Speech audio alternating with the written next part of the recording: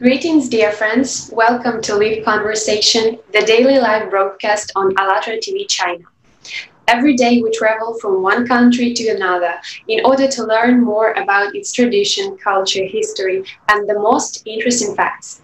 And of course, we are asking the most important question: how do people envision a creative society in which people all over the world would live comfortable in different areas of life? We would like to know the opinion of every single person on Earth. In order to achieve it, we use technology and the rule of 6 handshakes. It means that we all connected through 5 or even less social connections. Let's prove that this rule works. Today, our guest is Mr. Ryad from Nanjing, China. Hello. Sorry, Ryad. Hello, everyone. And my co-host today is Mohinur. Hello.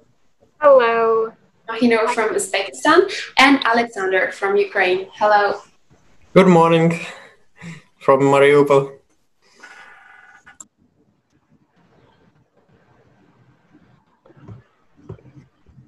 Okay, my co-hosts today are Vika and Alexander, and my name is Mohinur, as Vika told before. So today's our guest is Ryad Chellali, and he is a distinguished professor at the Nanjing Forestry University, and he earned his Ph.D. in robotics from University of Paris in 1993. And his research included robotics, human-robot interactions, and human behavior analysis. He serves as director of the Artificial Intelligence and the Robotics Institute in Nanjing Forestry University.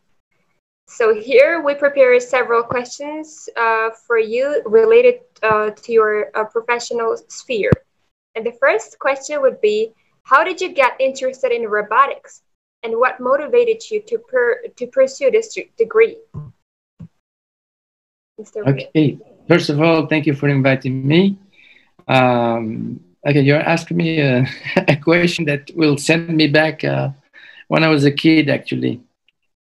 I think one day I've read the newspapers. Someone built a small turtle that can follow light. And I said, oh, I will do this job. I'll do something similar. And I think I was 12 or 13. And from that day, my only thing in mind, actually it was an obsession, is to do robotics. This is how the story started. And well, I tried to cover all the disciplines in order to be good in robotics. And well, I'm doing robotics since 30 years now. Wow. This is the story. Very interesting story. Yeah. Okay. We know you're a director of the Artificial Intelligence and Robotics Institute in Nanjing Forestry University. How can this area of study benefit humanity? Wow. Okay, so we start from the beginning. Actually, any science or any technology has always two sides. Let's call it a positive side and a negative side. The technology or science is the accumulation of knowledge since humans are humans, actually. And this accumulation is most of the time used in a positive way. It means that it is used to improve and to enhance the quality of life for people, to improve their health, to facilitate things, look, we are using social networks to ease communication between people, etc. And at the same time, this technology is used in a negative way, and I don't want to go to this area, but you can see around you or you can hear about the new weapons created every single day. It uses exactly the same technology, but the use is completely different. The essence of science and technology is actually to enhance the quality of life of human, and it should be only that and nothing else. Mr. Ryad, thank you. Next question is, what are the differences and similarities in human-robot interactions? Okay. At the beginning, when I started addressing the human-robot interactions, my goal was to actually to have a tool to study human-human interactions. So this, the starting point is not robotics, but when you do some psychology or cognitive science experiments, you need some actual facts and actual numbers to be able to measure. And what I saw at that time is people in sociology and psychology, they don't have numbers, models to evaluate in an objective way how people interact with each other. My idea at that time was to use a robot as a tool that we can control actually, and to generate stimulations, and in order to be able to measure how people interact with each other. So you interact with an agent. The robot is not a human. It's a degraded model of human. So it's let's say a version 0.0 with regard to humans. So for me, it was a way to use robots and engineering to understand how humans interact with each other. And nowadays, it's okay. Very popular. Since you studied human behavior analysis, what makes it so special about humans? Okay, I have thousands of stories about this, but one of the funny stories is about we conducted research about gesture understanding. And at that time, I was working in Italy and in the Italian Institute of Technology. And in this institute, it used to have 60 nationalities. So researchers are coming from 60 nationalities, 60. So the easiest for me to, to collect data was to invite my colleagues. So we had a lot of nationalities in the data set. And the funny thing is that we asked people to do some gestures, some specific gestures, and let the system learn these gestures. And we had very big discrepancy. Actually, the system was crazy. The system couldn't learn because Chinese people do some gestures in a way, the Italians in another way, the French people in another way, Mexicans in another way. So the cultural background was too much for the computer. So this is to say that human behavior analysis, or human behavior first, is you have a very large spectrum actually, and it's very rooted in culture, etc. And my idea of using technology to understand gestures revealed to me actually these intercultural differences. It was really funny, and we succeeded actually to do something after a lot of efforts, and by including the culture as a parameter of the system, which was not obvious at the beginning, but we discovered it on our way to to the solution. Very interesting, and a key question. On ALLATRA TV, we have a program called XP Energy about artificial consciousness. Yes. What is the difference, in your opinion, between consciousness and intelligence? Wow. You have time? Maybe we can discuss about this days and days. Okay. So what is the difference between consciousness and the intelligence? Yes. These days is a key question for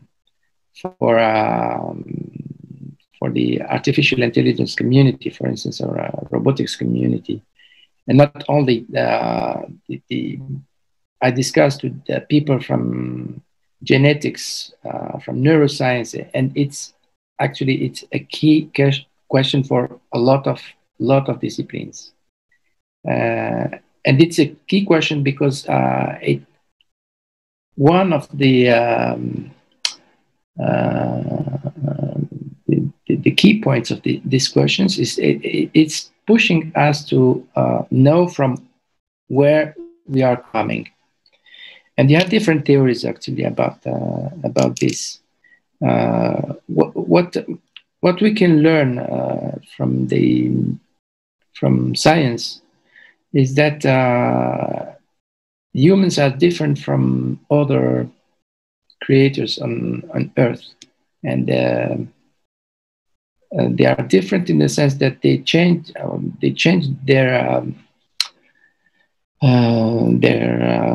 their weakness into strength.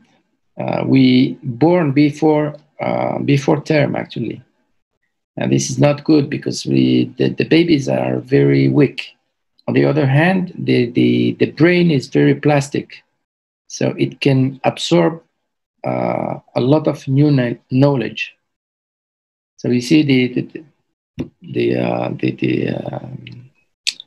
the weakness is transformed into a powerful tool actually, and because of this plasticity, we are able to socialize and to have relations with others. And building these relations affect two aspects actually: the cognition on one side, and the let's say the hardware, the brain in its neurons, etc. So we develop a huge and a very dense connectivity in the brain on one hand, and on the other hand, we have also some we develop huge cognitive abilities. And these two factors actually leads to both intelligence in the sense that we can interact with our environment and with our with other humans in intelligible way, means that we can understand each other. And this is due to the theory of mind. We can infer what others are thinking. We can share intentions. We can deduct intentions, etc. This is one thing. The second thing is we are intelligent in developing tools that ease our life and simplify our life. So if you look to the human history, we transformed the mechanical efforts into cognitive efforts, actually. We moved from the big machines to computers to do the same job. So consciousness and intelligence are part of the same, let's say, the same word. But the consciousness has a little difference, actually. The monkeys are intelligent, but their consciousness is very, very low because they don't have the same cognitive and social ability. If you look to the human societies, less aggressive than societies in chimpanzee, for instance. So we reduced our aggressivity, more social. We are more social, and this allows actually to our consciousness to be more developed than other animals. I hope I give you the at least some some hints. Thank you. Do you want me to develop more? I have one question about maybe how you think can artificial consciousness help for us to better learn language, maybe increase our mind activity, our possibilities. For example, download this consciousness on Flash, and then increase our possibility to learn new information, and a lot of other activity to be better in modern society. I think we have to make the difference. The consciousness is subjective.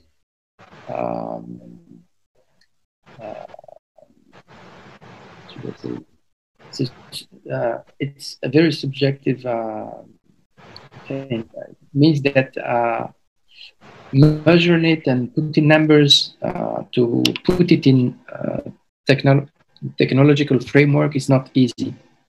On one side, you have computers, artificial intelligence, etc., that needs numbers, and on the other hand, you have a subjective framework. And the big issue now, for now, there is no answer how to mix these two guys.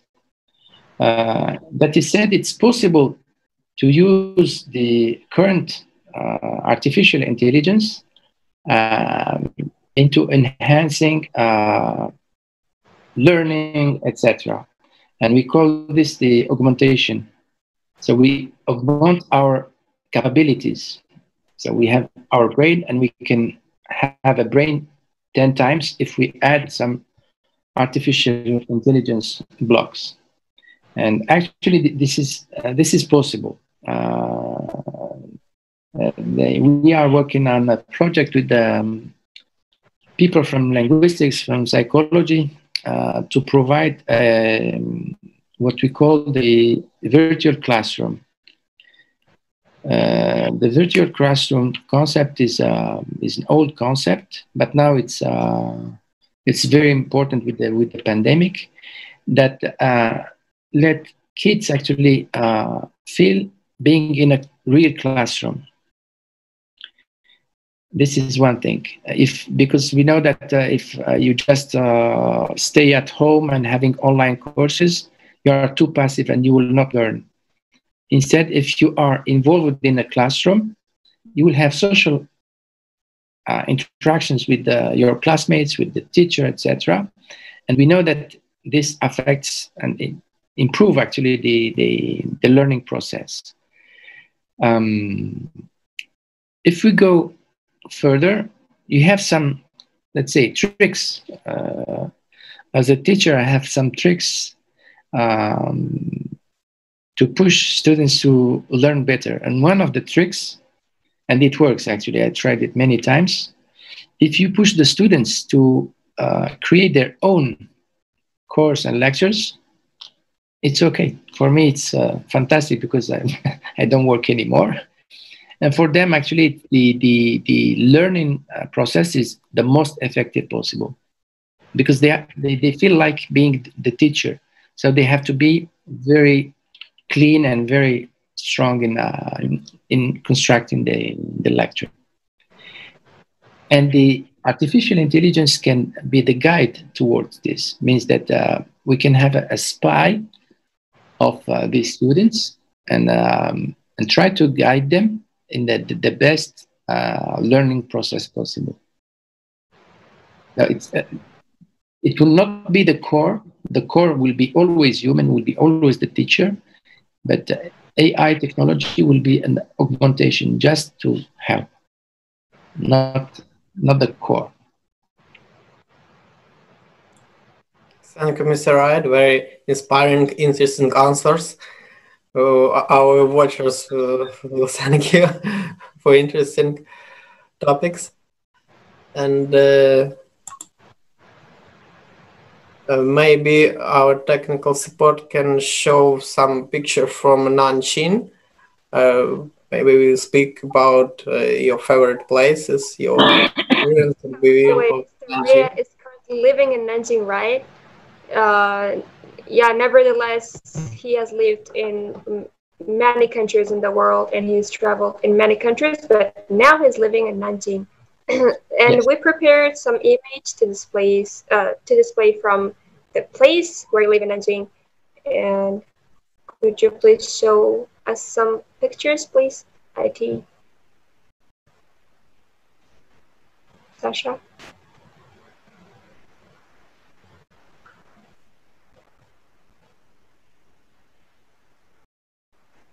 Uh,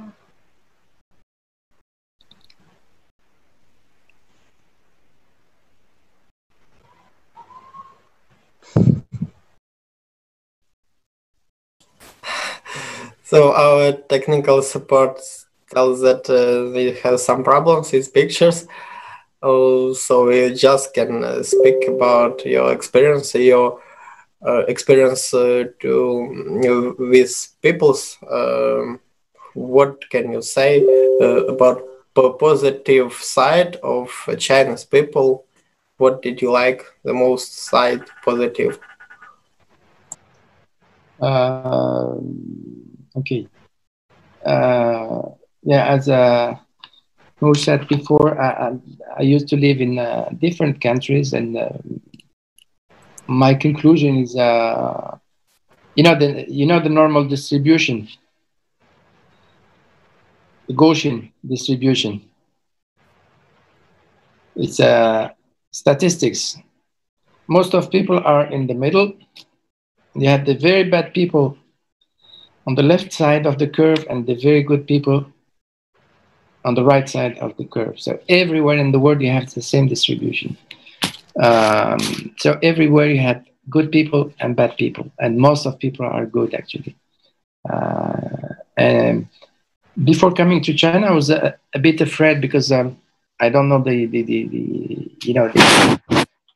Chinese culture. If even if I spent some time in Japan for my postdoc, but Japan and China are very different. And before coming here, I was a little bit afraid, so I don't know the I don't know the culture, etc. So I said, okay, let's go.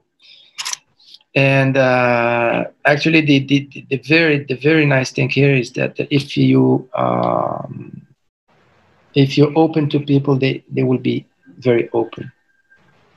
If you don't take them from high, if you share with them their daily life, they do the same actually. And this is fascinating. Yeah, I felt in love with this country actually. So yeah. So it's not the only one. I have many. As I said, I have many lives. So tomorrow I'll be in Italy. It's also my place. I'll be very comfortable. Uh, if I go to Paris, I'll be very comfortable. I'm okay. So One thing is very interesting for me. Why did you? What pushed you? What triggered you to travel more, and not only to travel simply, but to try to live in the places where you go for a while or for a long time? What makes you to travel so often? So to build your homes around the world. What yeah, triggers you to do that? to meet people actually, because I think I'm curious to know other people and other cultures and other languages. And if I can have 10 lives, I'll spend my 10 life doing the same actually. So Mm-hmm. from maybe it's genetics. I don't know, but maybe I have genes, nomadic genes. So I cannot stay in the same place. No, I can stay in the same place, but I need to go to meet people actually. And I know that every time I go to very far areas, I want to Shanghai, Xinjiang, very far actually with nothing. and you meet very exceptional people actually, and you cannot imagine how. Yeah, I have tons of stories about meeting people like this by chance. I know it's not by chance because I wanted to meet people. So when you meet, I don't know. Last time I was I was wrong in my road. Actually, I took the wrong road in. It was in Shanghai, and the GPS was saying, "Okay, go back, go back." I said, "No, let me try this road." And in the middle of nowhere, I met a guy with his ships. He was playing the flute and waiting for the ships to eat.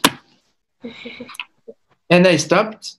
I don't speak a Chinese word, and he don't speak even his Mandarin is very very small. But this is the good technology. I use my phone translating, and we are friends. Don't ask me how we communicate, but we communicate. We found a way. And this is the good technology. Yes, totally agree with you. And one more question to you before the topic of creative society. How do you think what internally unites all people around the world? What we have one in common? Okay, we have 23 chromosomes, right? We share 99.9% of the same genome. This is the basic. This should unify us. We have different colors, we have different hairs, we have different languages, we have different things, but we are all the same. And if people just consider this, life will be easy for everyone. Life will be easy for everyone. This is one thing. The second thing, we have the Earth is, it seems to be big, but it's a very, very tiny piece of dust in the universe. And we have to share it. We had nowhere else where to go. So we have to share it. And you know that now we know that if you touch something here, it will have an effects there. And for that also we have to discuss and to talk to each other, because we share the same. This blue planet is our common home, so we have to take care of it, and this should push us to talk and to do what we are doing now. Thank you. Maybe I'm too professor, actually. I'm like a professor, so or he's not funny, just or I can be funny sometimes. Victoria, we don't hear you. Microphone muted. Oh, excuse me.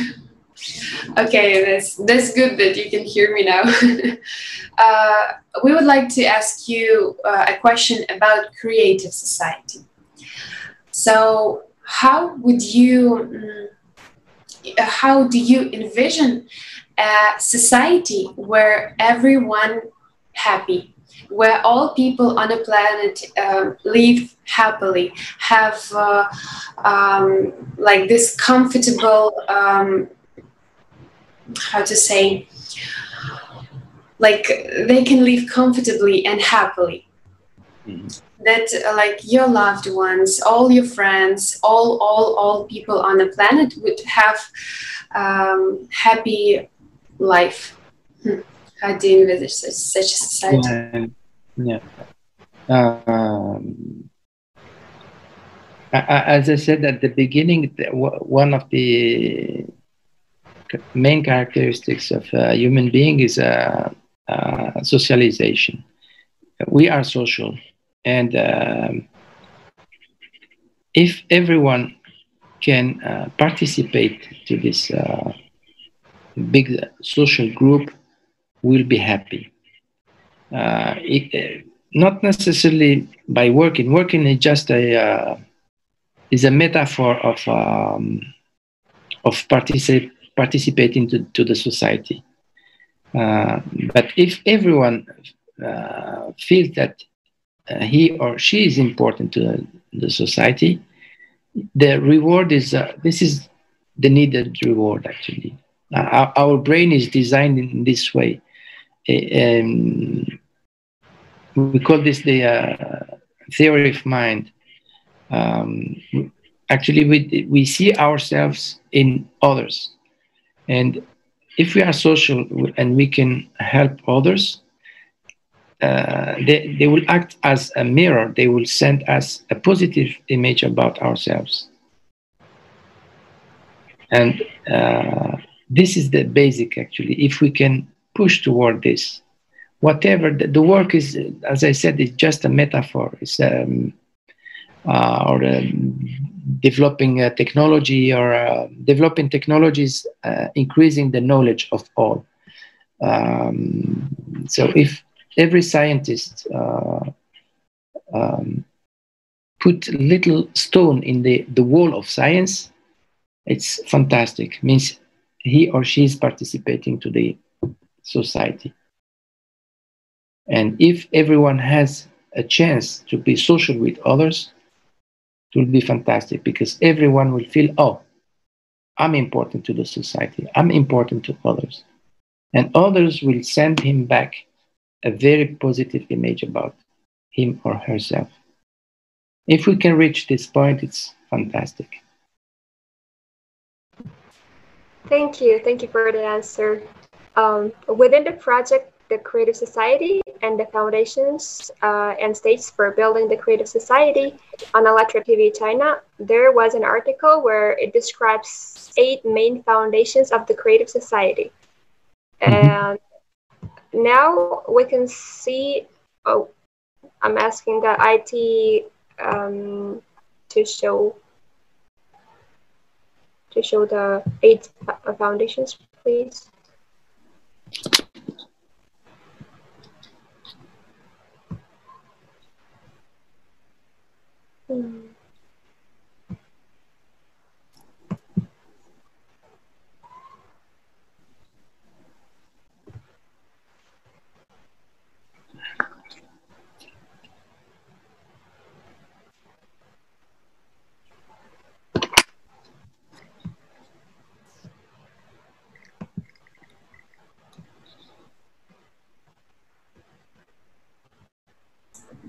Till we're waiting for 8 foundations on our website, could you please share what? Oh, yeah, that's it. Yeah, and here we can see that the very first stage in building a creative society is the first stage in building a creative society is the informational stage, and the article mentions. And it is about informing humanity of the creative society, and each concerned human can inform the maximum number of people about the creative society. But let's look through the foundations of the creative society. The first foundation is human life, and the second one is human freedom, and the next one is human safety. The foundation number 4 is transparency and openness of information for all. And number 5 foundation is the creative ideology. And number 6 is development of personality. And number 7 is justice and equality.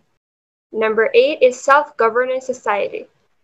And I ask you, Ryad, could you please comment on either of the foundations, on how do you understand the foundation, or if you want, you may comment all of them in total.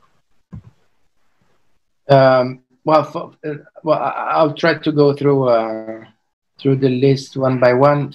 For me, number 1 is number 1. There's no discussion about it. The human value is the highest and the priority. This includes a lot, actually. Freedom, the same, actually. We born free, so we have to keep this this freedom. But then we, you know, the different societies, different cultures, they have different ways of interpreting things, actually. And what is needed is to have the same, exactly the same baseline. What is the meaning of human freedom? I'm not sure it's in the human freedom is the same all around the world. Safety, for sure, as we said, we live in a small planet, and this is we have to take care of it. And by taking care of the planet, we take care of ourselves. And if we can guarantee to everyone the safety, it's okay. For the information, this is the key point. It is a key point. You have some experiments about what we call the asymmetric information. If you have more information than me, I'm dead. So if there is no equality in sharing the information, there will be always differences, and differences will create tensions, and tensions will create wars, etc., etc. And this could be reached not only by openness and transparency, but also by providing the easy access to all. Nowadays, we have 4G, 5G, etc. And if you go to the as belonging to the personal sphere, means everyone should be able to practice or to think freely about beliefs, etc. No one should or could interfere with this.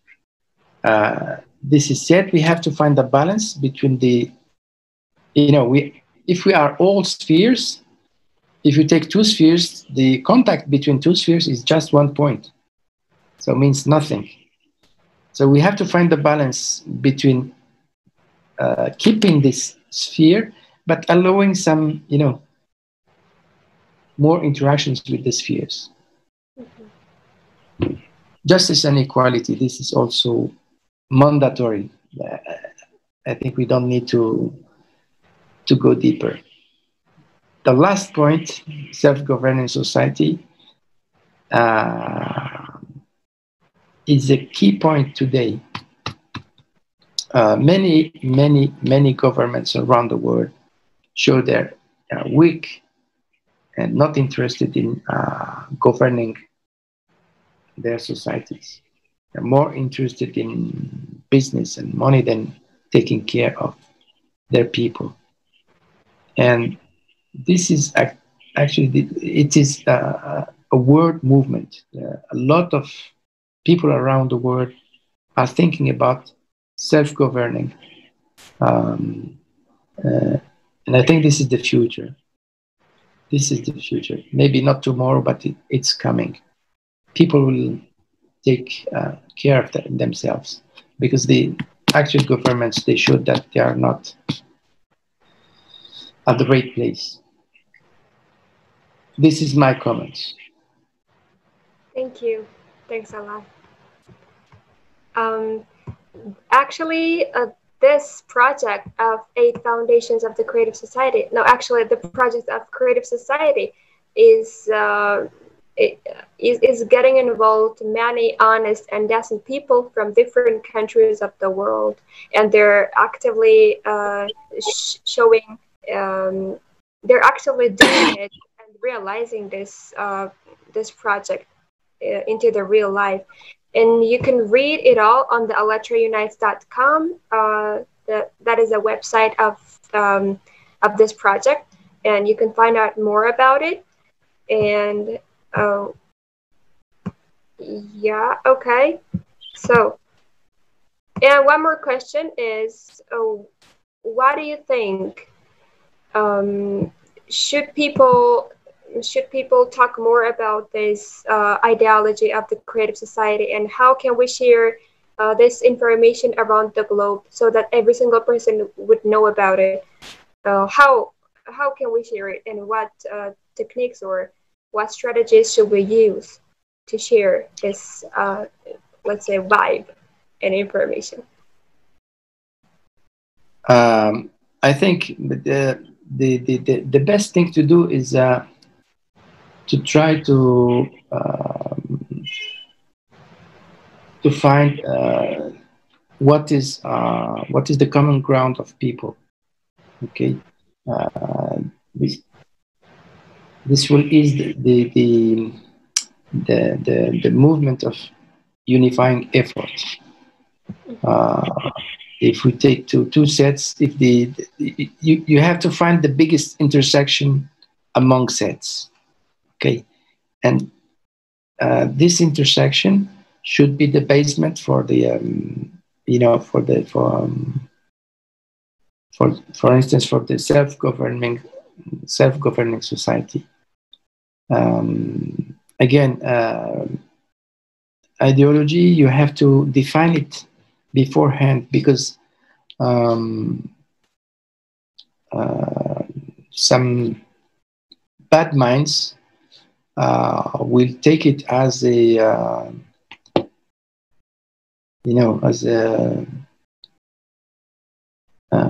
they can take it in the wrong way, actually. So in my opinion, my humble opinion, is that try to find the what is the intersection between all of us.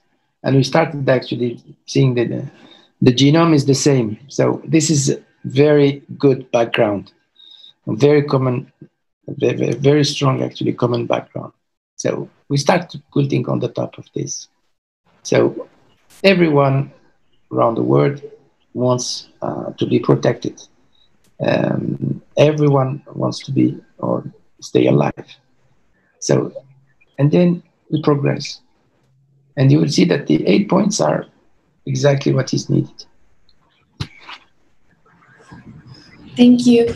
And if to go back to creative society, how you envisage creative society, like what your happy society, what it for you look like. So can we go back, and I would like to ask you a question. How do you envisage healthcare and education in society where every person is happy? How should this sphere function?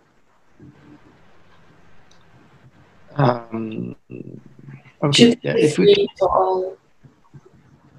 Please go ahead.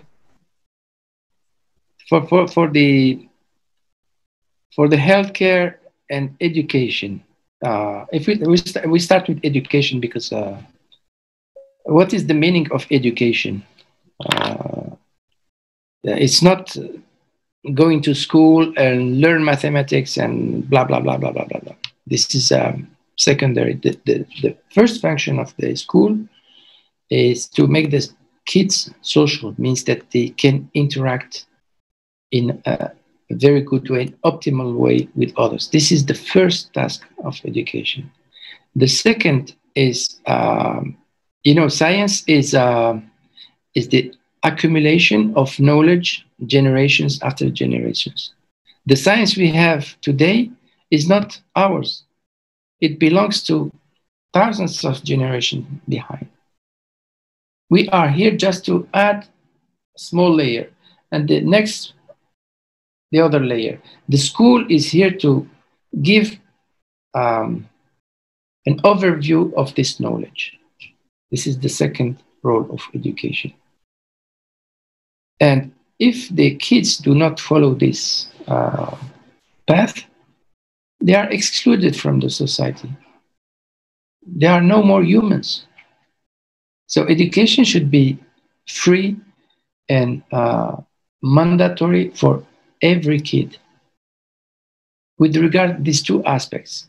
Then learning mathematics or learning arts, this is a different story. This is a different, you prepare kids for the society of today. Today we are preparing for engineers. Maybe tomorrow we will not need any more engineers. We will need artists. So you have to change your education system and push on arts. Who knows? But the basement is really the social aspects and the basic knowledge. And we go.